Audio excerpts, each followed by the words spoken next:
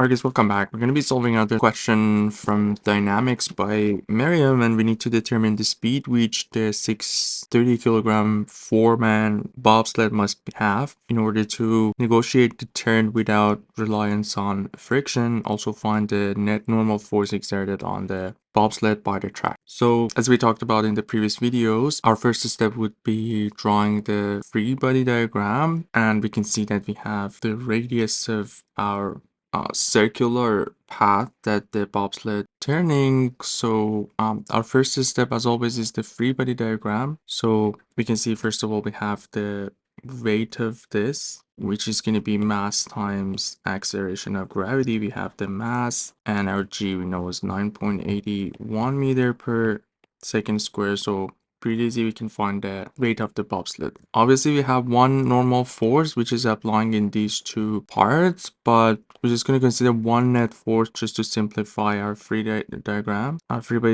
So we just call this one N, and we are dealing with two different directions. One direction would be this direction, which is going to be the direction for centripetal acceleration, or AN, that we talked about. So let's just call this axis N, and the other one, which is the rate direction, we can just call Y.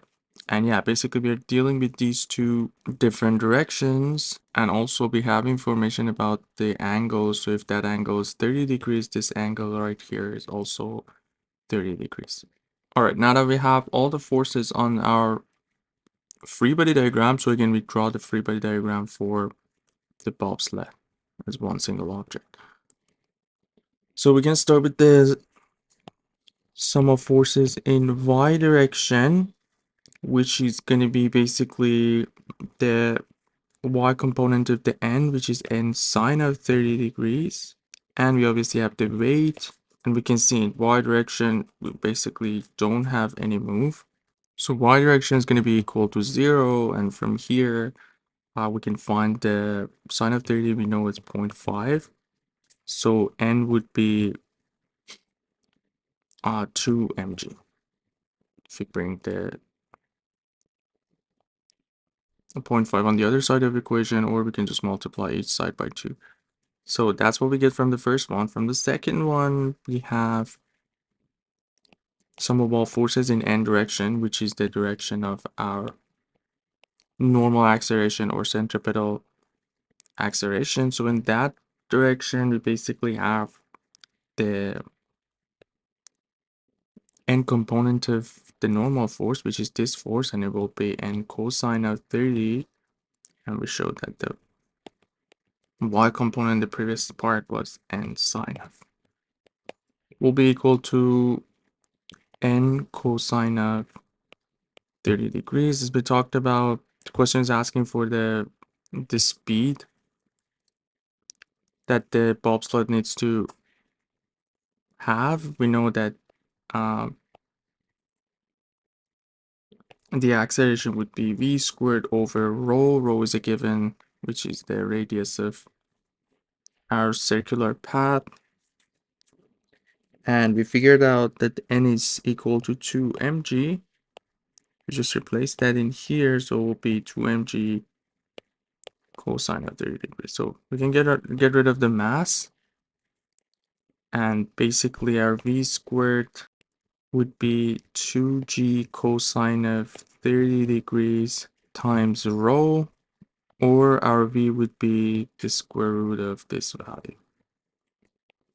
So we just have to find this, the square root of 2 times 9.81. Keep in mind the g in here is at 9.81, not 32.2, because we have SI units. So 32.2 is for foot per second squared, which is not the case in here. So times cosine of 30 degrees times the radius, which is 50 meters. And yeah, that's going to be 29.1 meter per second. So we found the speed.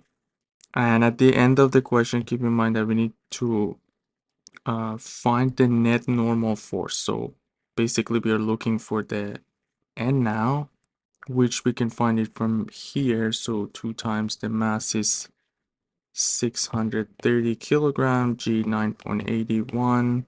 So that's gonna be 2 times 630 times 9.81. So it's around 12,000 newtons or 12.36 kilonewton. That's going to be the answer for the normal force or normal net force that the question is asking. Hope everything was clear. Let me know if you guys have any questions. You guys take care. I'll see you in the next video. Have a good one.